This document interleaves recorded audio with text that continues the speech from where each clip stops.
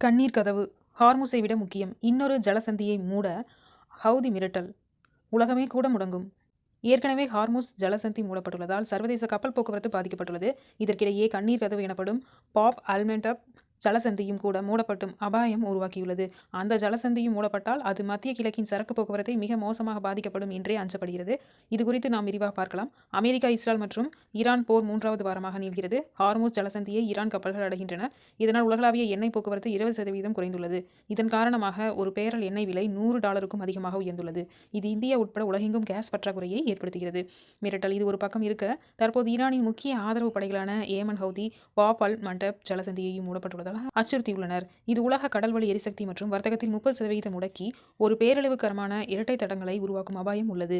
கண்ணீர் கதவு ஈரான் மற்றும் ஓமன் இடையே 33 கிலோமீட்டர் அகலம் கொண்ட ஹார்முஸ் ஜலசந்தி பெர்சியன் வளைகுடா எண்ணெய் மற்றும் LPG எரிவாயுவை சந்தைகளுக்கு கொண்டு செல்கிறது.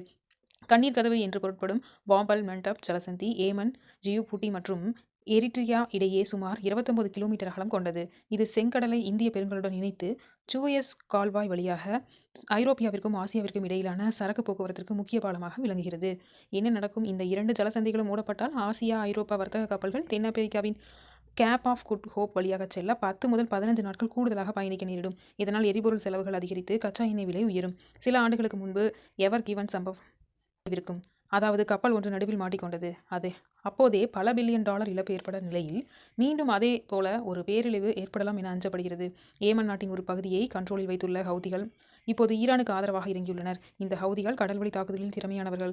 ஈரான் வழங்கிய ட்ரோன்கள், கப்பல் எதிர்ப்பு ஏவுகணைகள் மற்றும் சிறிய படகுகள் மூலம் அவர்கள் பலத்தை நிரூபித்துள்ளனர். 2023 காசா தாக்குதலை அடுத்து மார்ஸ் நிறுவனம் தனது கப்பல்களை சூயஸ் கால்வாய்க்கு பதிலாக மாற்றுப் பாதைகளில் அனுப்ப வேண்டிய கட்டாயம் ஏற்பட்டது குறிப்பிடத்தக்கது. பாதிப்புகள் மிக மோசம். இதுபோல ஒரே நேரத்தில் 2 ஜலசந்திகள் மூடப்பட்டால் நாளொன்றுக்கு 8.8 மில்லியன் பேரல் கச்சா எண்ணெய் மற்றும் 12% கண்டெய்னர் போக்குவரத்து பாதிக்கப்படும். கப்பல் காப்பீடு செலவுகள் பல மடங்கு உயர்ந்து மின்னணு பொருட்கள், உணவுப் பொருட்கள் உள்ளிட்ட உலகளாவிய விநியோக சங்கிலிகள் அனைத்தும் சீர்குலையும். சவுதி அரேபியாவின் செங்கடல் ஏற்றுமதிகள் மிகவும் பாதிக்கப்படும். இந்தியாவின் 90% சமையல் எரிவாயு விநியோக நெருக்கடி மோசமடையும். ஐரோப்பா மற்றும் ஆசிய நாடுகளின் பணவீக்கம் அதிகரித்து கடன் நெருக்கடிகள் ஏற்படும் அச்சுறுத்தல் உள்ளது.